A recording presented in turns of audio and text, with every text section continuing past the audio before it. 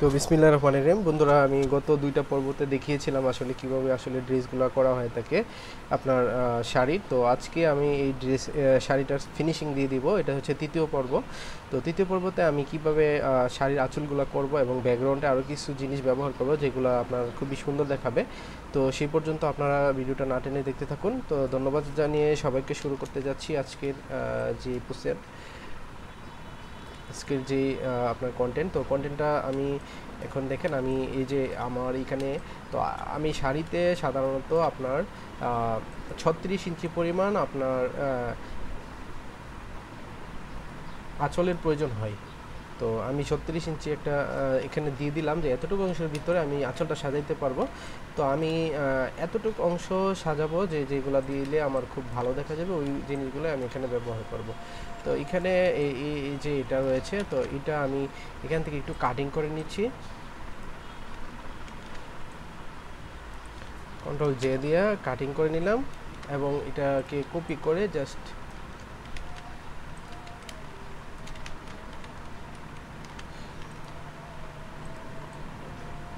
এটাকে একটা কপি করে এবং কপি করলাম এবং এটা এই পাশে বসিয়ে দিলাম। তো এই পাশে বসিয়ে দেওয়ার পর দেখেন আমার এই যে ডিজাইনটা, এটা কিন্তু এরকম দেখাচ্ছে। তো এখন আমি যে কাজটা করব,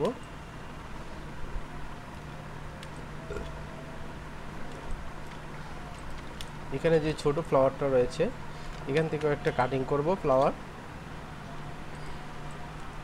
কন্ট্রোল জে দিয়ে কাটিং করে দিচ্ছি।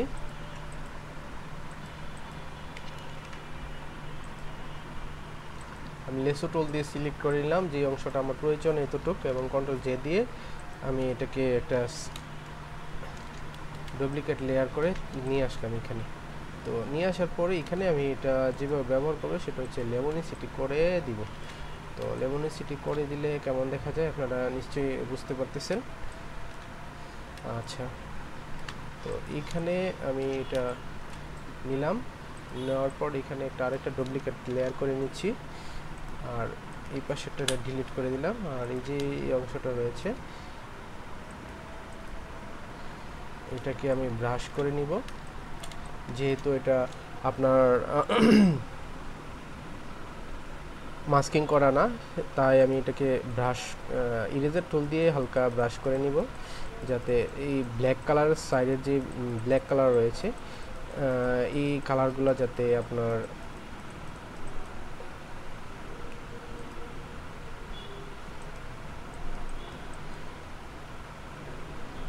ফেদারের মতো দেখা যায়। তো এটা ফেদার দিলেও হতো, তো ফেদারের চেয়ে আমি যদি ম্যানুয়াল হাত দিয়ে করি এটা আরও ভালো দেখাবে, এই জন্য আমি এটা হাত দিয়েই করছি।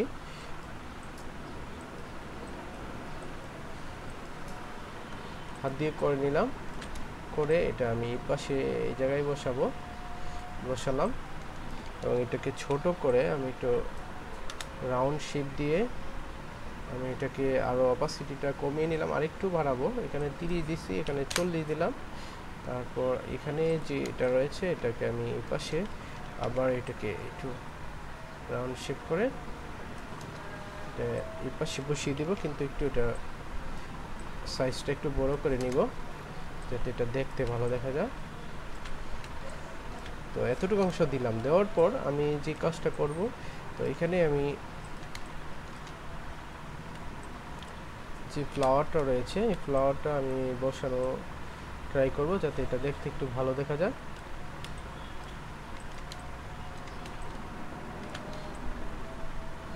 তো এটাকে আমি লেসো টুল দিয়ে আমি কাটিং করে নিচ্ছি কন্ট্রোল জে দিয়ে, আর যেটা কপি করেছিলাম এটা ডিলিট করে দিচ্ছি।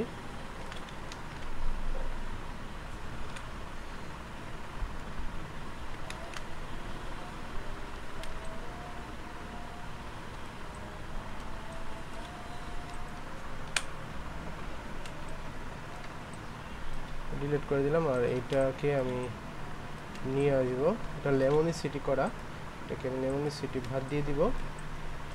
ভাত দিয়ে আমি এটা এই পাশে নিয়ে আসছি এবং লেয়ারটা সবার উপরে উঠিয়ে দিচ্ছি। তো উপরে উঠিয়ে আমি কিন্তু বেশি কিছু ব্যবহার করব না এখানে, জাস্ট হালকা পাতলা করে একটু, কারণ এত গর্জিয়াস করলে শাড়ি আসলে সুন্দর থাকে না, আঁচলটার উপর অনেক কিছু ডিপেন্ড করে। তো এই জন্য আমি আঁচলটা এমনভাবে দিয়ে দিব যাতে আঁচলটা সুন্দর দেখা যায়। ওকে, আমি এখানেই রাখলাম। তো আঁচল এই পর্যন্ত দিয়ে দিলাম। দিয়ে দেওয়ার পর একটা ফ্লাওয়ার নিয়েছিলাম, এই ফ্লাওয়ারটাকে আমি লেমনিসিটি করেছিলাম। এই লেমনিসিটিটা একটা বাদ দিয়ে আমি কন্ট্রোল টি দিয়ে এটা একটু ছোটো করে নিচ্ছি অনুপাতে, যাতে এটা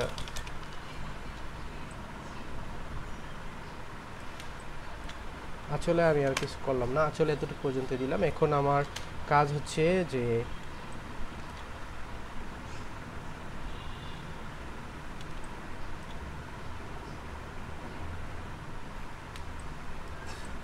আমরা যে ব্যাকগ্রাউন্ডটা দিয়েছি, এই ব্যাকগ্রাউন্ডের মধ্যে আমি আরও কিছু জিনিস ব্যবহার করব। আর এর পরবর্তী ভিডিওর মধ্যে থাকবে যে বিপি, মানে বিপি হচ্ছে ব্লাউজ পিস কিভাবে তৈরি করে সেটা আমি দেখিয়ে দিব, যাতে বিপিটা আপনারা খুব সহজে তৈরি করতে পারেন রিপিট মিলিয়ে, সেই জিনিসটা আপনাদের আমি দেখিয়ে দিব। তো আশা করছি ভিডিওটা আর এই পরবর্তী ভিডিওর জন্য অপেক্ষা করবেন, তাহলে ভালো কিছু শিখতে পারবেন আশা করছি। তো এখানে আমার যে কালারটা আমি ব্যবহার করেছি, যে এখানে এই ইয়েলো টাইপের কালারটা, তো আমি এই ইয়েলো টাইপের কালারটা আমি আরও কিছু জায়গার মধ্যে ব্যবহার করব, যাতে এটা সুন্দর দেখা যায়। তো সুন্দরের জন্য আমার যতটুকু দরকার, আমি এখানে নতুন লেয়ার নিলাম। লেয়ার নিয়ে আমি ব্রাশ টুলটা নিয়ে এখানে অপাসিটি আর একটু বাড়িয়ে নিব, এখানে 70-এর উপরে দিয়ে নিলাম। দিয়ে আমি এখানে এই জায়গাগুলোতে আর একটু আমি ক্লিয়ার করে দেওয়ার জন্য চেষ্টা করব, যাতে আর একটু ভালো দেখা যায় এবং গর্জিয়াস দেখা যায়। তো আমি ব্যাকগ্রাউন্ডে আর কিছু দিলাম না, এতটুকু পর্যন্ত আমার শাড়ি কিন্তু এখন কমপ্লিট। আপনারা চাইলে অবশ্যই ডিজাইনটা আবার নতুন করে কপি করতে পারেন। তো আমি এটা আমার বাসার মধ্যে আমি করেছি, এটা আমার অফিসের না, আমার বাসার মধ্যে আমি চেষ্টা করি আপনাদের নতুন নতুন কিছু শেখানোর জন্য। তো শাড়ি দেখালাম, এবং সামনের পরবর্তী ভিডিওর মধ্যে অবশ্যই আমি বিপি ব্লাউজ পিসটা দেখাবো, এবং ক্রমান্বয়ে আমি আপনার অল ওভার প্রিন্ট, তারপরে বেডশিট, তারপর আপনার থ্রি পিস তো অবশ্যই আছে, থ্রি পিস অনেক দেখিয়েছি এবং আরও দেখাবো। তো সেই পর্যন্ত আপনারা ভালো থাকুন, সুস্থ থাকুন, আল্লাহ হাফেজ।